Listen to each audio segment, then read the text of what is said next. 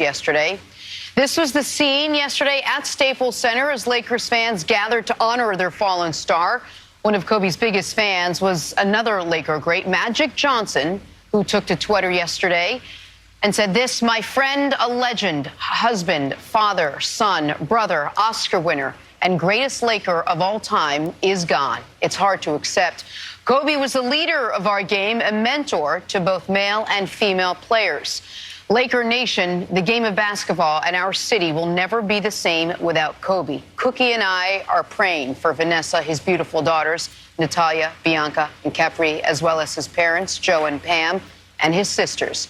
We will always be here for the Bryant family." Here is more now from Magic Johnson.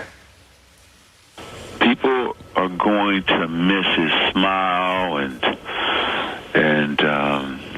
just miss him, because Kobe had an aura about him. And Jim, it was like, I thought he was going to live forever. I thought he was invincible. I thought he was, he played like that. He walked like that. He was just a confident young man. And when Jerry West drafted him, I remember him telling us when he went one-on-one against against Michael Cooper, that Kobe was the next greatest player to play in the league. And he was 17 years old. He wasn't even 18 yet. And I'm like, what? Are you sure, Jerry? And boy, was Jerry right. He was spot on. And Kobe's name synonymous with the Laker franchise, as you know. How much, Nick, do you think Kobe meant to the city of Los Angeles? The only thing I can compare it to is Derek Jeter to New York, Tom Brady to the New England area. I don't even think Michael Jordan to Chicago, because it kind of feels like the whole country took different parts of ownership of Michael Jordan. And you have Magic Johnson there, who one would argue that as far as guys who started it and ended their careers with the Lakers, it's the greatest Laker ever, saying, no, it's Kobe Bryant. And the way Laker fans and the city of Los Angeles were so protective of him. Like, we joke and we talk about, were Laker fans happy LeBron signed there? The reason that was ever even a question was because of the protective nature surrounding Kobe, which, by the way, did not always exist. Like, that was, when the Kobe and Shaq stuff was going on, there were Laker fans who sided with Shaq and were angry if they felt that Kobe had pushed Shaq out.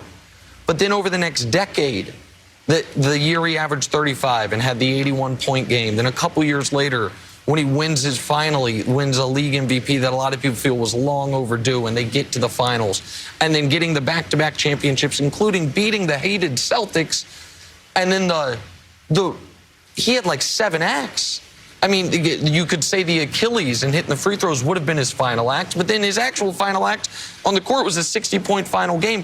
Those are the things that take you past legend into godlike status. And you still live in Los Angeles. I spent some time out there when the Lakers were at their nadir, and it was still, the Clippers could be the best team in the West, and the Lakers were scuttling along en route to 25 wins. And you go to any bar, any Laker game on, you would have to ask to have the Clipper game put on, and it was because Kobe was still playing. It was Kobe's last year. And so I don't think you can associate one person with one team more so than you do Kobe Bryant with the Lakers. Look, to your point, the Lakers got one of the best players to ever play the game coming to their team in his prime, LeBron. And some of them defaced murals twice because of Kobe.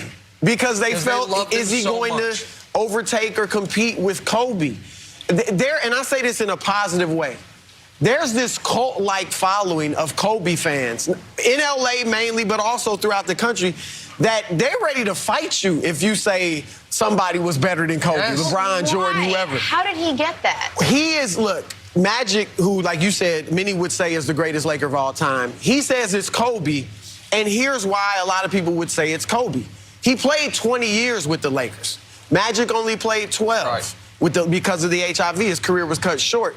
But who else could you name? Jerry West only won 1 title and lost 8 finals. Kareem started with the Bucks. Milwaukee. Wilt Chamberlain, only won 1 title, played for other teams. Like, Kobe's Laker resume is the best Laker resume of any player. And that's part of why he has this following like that. And in some ways, it's completely improbable. I mean, Chris, you know this. Kobe's run in L.A. wasn't Dirk Nowitzki's in Dallas. Like, there were multiple times he was gone. Like, he demanded to be wanted traded. to be gone, right? I remember he talked to Shaq about this a while back. In 2004, he actually demanded to be traded. 2007, I think that was the year he almost walked to Chicago or signed with the Clippers. So the fact that he survived 20 years is improbable. The thing that I believe connects the Kobe with the Lakers as much as it does, he is on a very short list of players that have had one championship era, went through some rocky times, and then had another. I can't think of too many players that went through that. Look at the win totals in the middle of those Kobe years. 34 wins, 45 wins, 42 wins. And Kobe stuck around and was able to build another championship team. We've seen guys, Michael, Bill Russell, go on, even Larry Bird, go on runs on one era. Right. These were two totally different eras that Kobe participated in and led with the Lakers. I think that has forged the connection with that fan base. Well, and Jenna, he played 20 years. Just pick a number, 1 through 20, and I'll tell you what happened that year. Like, it doesn't pick any one. number? Any number you want, 1 through 20. 12. So year 12, he won his MVP. They lose in the final. They're back in the finals, but that's right after you're talking about when they're down. I think he averaged 30 a game in the playoffs that year. They lose to one of Mannix's best moments of his life, I assume. They lose to the Boston Celtics and KG and Paul Pierce and those. But give me another. Give me one from early on. 5. So that's their second title and a year that people forget. He averaged 29 a game in the regular season and in the postseason. 29 a game in both of those, and had 48, I think it was that year. It might have been the first. No, it's that year. Had 48 to close out their round 2 series. 48 in the playoffs. He was 22 years old. Like, there's not a year aside from, if you said 18, I'd have been in bad shape because that's the year he was recovering from the Achilles. But every other year, there's something to pull from. Even the years when they were down, that's when he averaged 35 and 31. That's when he had 81 points in a game after a few weeks prior scoring 62 in 3 quarters. Like, it is, and this is what I am going to struggle with for a long time. I have spent a lot of my television and radio career picking at him, picking at what makes him not as great as X, Jordan or LeBron or whoever. And it's because at least that's what I do. That's what we do when we're ranking players and we're listing, and it's really who's 6 and who's 8. It matters, damn it. And it deprived me, I think, of until these last 18 hours, really appreciating, holy, look at what this guy did at every step of the way. Another draw that we can't overlook with Kobe Bryant is his game looked good. Yeah. I mean, seriously, he was like Michael Jordan II. I mean, the dunks, the grace. Whether you rank LeBron better, his game looks better than LeBron.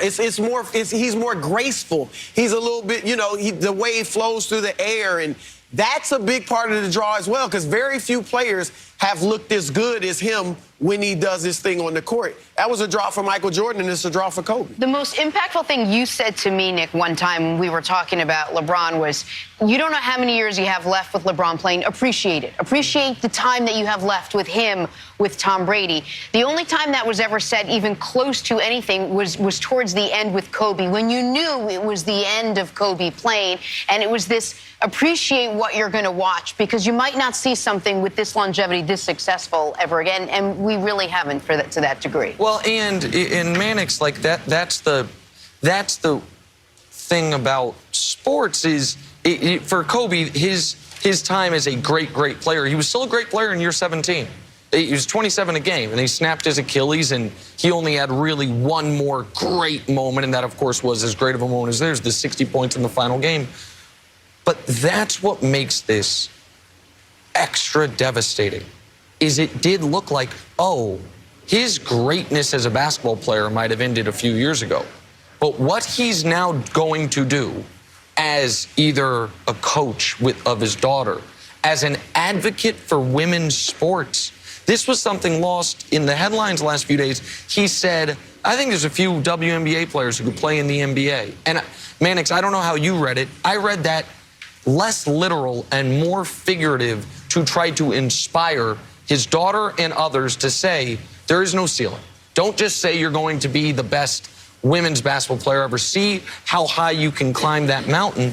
And to have that taken away from all of us and from those close to him is just unspeakably tragic. Real quick, I mean, his mind, I mean, there's so many examples of that mindset. But when he snapped that Achilles, I remember talking to him and seeing other people talk to him as well about, he really believed he was going to be a better player after the Achilles injury. He really believed that his will could overcome anything. So he would just take a redshirt year and a half or whatever it was and come back a stronger player. Now, obviously, he didn't. You can't recover from that type of injury. But the fact that he wasn't just paying lip service to it. He actually believed that he was going to be a better player following probably the most devastating injury any NBA player could suffer. All right, all morning long, we are continuing to hear the impact that Kobe had among so many. This from Kobe's former head coach, Phil Jackson. The crash was a tragedy for multiple families. My heart goes out to Vanessa and the families that lost loved ones. Kobe was a chosen one, special in many ways to help people. Our relationship as coach-player transcended the norm. He went beyond the veil. We will have much more First Things First.